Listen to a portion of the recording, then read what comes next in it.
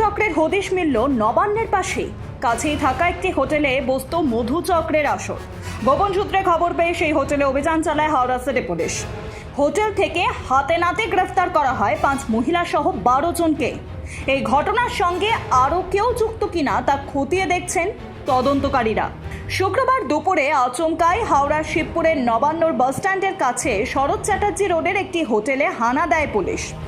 শিবপুর থানা এবং হাওড়া সিটি পুলিশের পদস্থ আধিকারিকরা ছিলেন ওই পদে।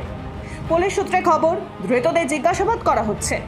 কতদিন ধরে তারা ওই হোটেলে মধুচক্র চালাচ্ছে তাও খতিয়ে দেখা হচ্ছে। স্থানীয়দের অভিযোগ, বহুদিন ধরেই ওই হোটেলে মধুচক্র চলত। ঘন্টা পিছু ভাড়া দেওয়া হতো ঘর। এর ফলে সামাজিক পরিবেশ দূষিত হচ্ছে বলে অভিযোগ করেছিলেন তারা। অবশেষে সেই চক্রের পর্দাফাঁস করল পুলিশ।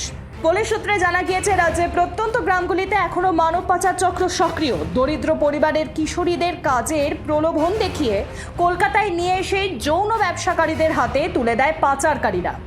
উত্তর 24 পরগনার সীমান্ত লাগোয়া এলাকা বসিরহাট, বনগাঁ, দক্ষিণ 24 পরগনার সুন্দরবন, ক্যানিং, কাকদ্বীপের মতো প্রত্যন্ত এলাকাগুলিতে পাচারকারীদের টার্গেট।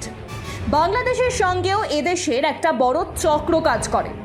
সেখান থেকে কিশোরীদের বিক্রি করে বাংলায় পাঠানো হয়। কলকাতায় কাজ দেওয়ার নাম করে তাদের নিয়ে আসা হয়। তারপর তাদের অসাধু ব্যবসায়ীর হাতে তুলে দেওয়াও হয়। এরপর ফ্ল্যাট বা হোটেল ভাড়া নিয়ে চলে মধুচক্র।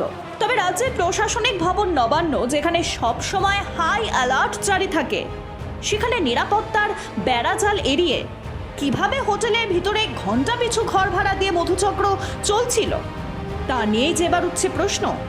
ব্যুরো রিপোর্ট, রেতম বাংলা।